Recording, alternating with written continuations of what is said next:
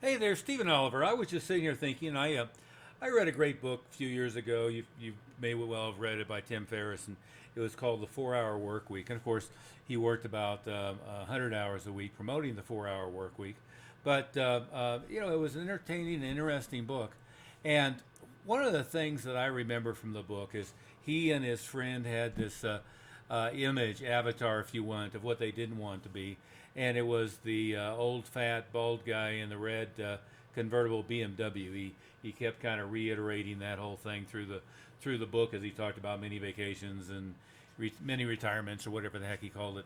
But in having another conversation with a very sharp advisor today, is we were having the conversation about a bunch of pre-done for you CRM platforms and one thing or another, and what was running through my mind is the fact that you have to be a different voice, not the same voice. I have listened to, I don't know, 150 or more podcasts with people, in some cases very good stuff, sometimes really stupid stuff, but podcasts about business development, marketing, one thing or another with for us, for financial advisors. And I've read a ton of books on the subject and all of the other stuff. But what gets me, and I've looked at probably 1,000 different advisors, LinkedIn profiles in the last couple of weeks, and have gone through a ton of different websites. I don't even know how many, but probably well over 100. And I got to tell you, none of them stand out. It's our version of the bald guy in the red BMW convertible behind the scenes is, the guy sitting behind an oak desk in a J.C. Penney suit that looks like just everybody else, every other advisor on the planet. There's just no differentiation. One of the podcasts I was listening to, I think it was Michael Kitches. I'm going to butcher his name, but I love listening to him. Nerd's Eye View or whatever he calls it. But he was saying it's a sad industry where everybody is so interchangeable, where lead sites, you choose your advisor by zip code. And I was thinking about that and thinking about my observation that everybody is the same. And I got to tell you what, the way you're successful in any business is by being different. Earl Nightingale, if you don't know who he was a success guru, one thing or another, previous generation, pre Zig Ziglar and so forth. But his comment was, if you're in a business and you don't know what to do, look around at what everybody else is doing and do the opposite. I think Mark Twain's quote was, anytime you side with the majority, it's time to stop and pause and reconsider. I've worked a ton over the years, probably 20 years now, with Dan Kennedy, and he calls it marketing incest, where people go into a new business. Doesn't matter whether you become a financial advisor or wealth manager, or you open a dry cleaner store or whatever it might be. And the first thing that people do is they look around at what everybody else is doing and duplicate what everyone else is doing. And he refers to that as marketing incest. So everything starts to look the same. And I got to tell you, it's the same in just about every business. I've worked with people who do what I do, with lawyers and with chiropractors and with dentists and martial arts schools, et cetera, et cetera, et cetera.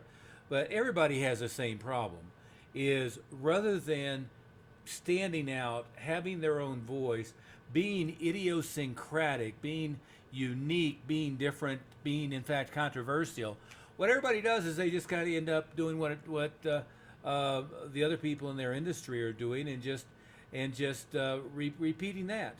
And therefore you have, going back to that quote, which I thought was perfect, is people, everybody's so interchangeable, they choose by zip code. Oh my God, what a horrible concept. What I invite you to do in your marketing is be who you are.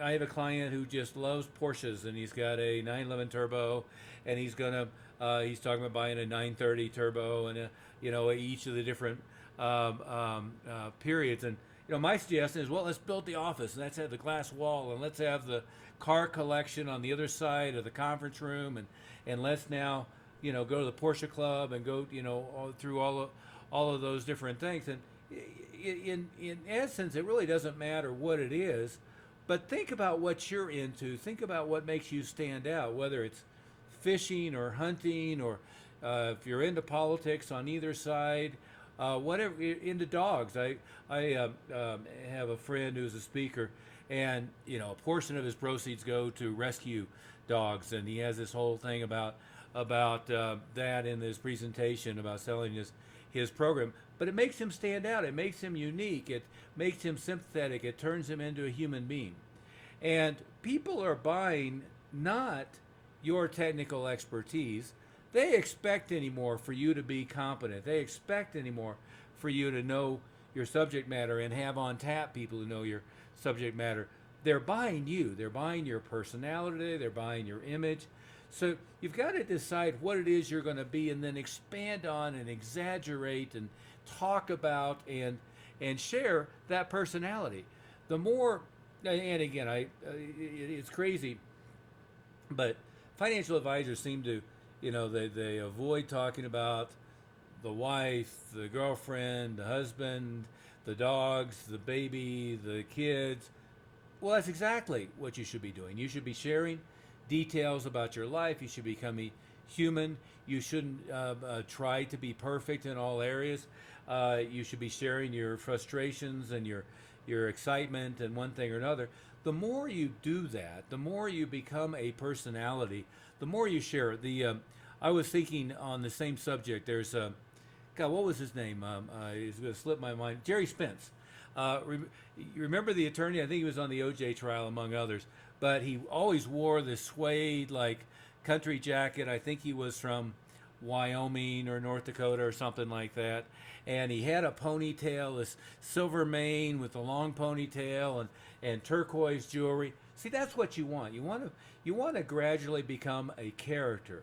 Now, that doesn't mean, it has to be, completely outrageous, but it has to be different than the guy sitting behind the oak desk in the JCPenney suit that looks like everybody else and has the same strengths and weaknesses and the same tagline, everything else. On your website, I would challenge you, go look at your website and then go in different cities and different states, go Google and find 10, 15, 20, 30 other people's financial advisors' websites and see how close and how similar they are to you. Is it look-alike? Is it template? Is it the same as everybody else's? Or do you stand out? Same thing on your LinkedIn profile, same thing on your marketing. If there's nothing unique about you, why should somebody choose you? Why? Well, what makes you stand out? Why are they going to remember you? Why are they going to have an affinity for you? It's those unique, idiosyncratic pieces of another human being that makes them want to do business with you and makes them remember you and helps them have a conversation with their friends about, oh, I got this great advisor, and you wouldn't believe what he's into, and he was doing all this other stuff. They don't want to talk about IRAs and 401ks and all that crap. What they want is they want to be dealing with an interesting human being. Somebody who goes to Sturgis every year on their Road King, or somebody who is into scuba and has stories about the Caymans or whatever it might be. But you want to create this unique persona, and really it's not about, unless you're just the most boring human being on the face of the planet, it's not about making up a fictional character. Maybe it's exaggerating or amplifying a little bit, but you want to be a personality. You want to be human, controversial in some ways, and you want to stand out from the crowd. But that has to go creating your voice all the way across everything you do. What goes out in writing, in your emails, in your advertising, on your web page, on your Facebook page, and your LinkedIn profile. All of it has to come together in your voice, in your personality, and you've got to become a unique, stand out from the crowd, different human being. Anyway, I wanted to share that. I thought you might find it valuable.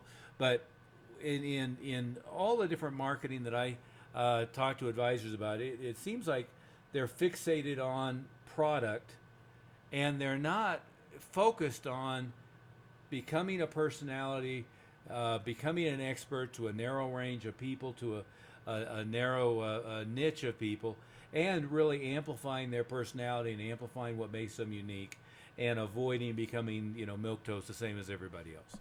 Anyway, thought that might be helpful.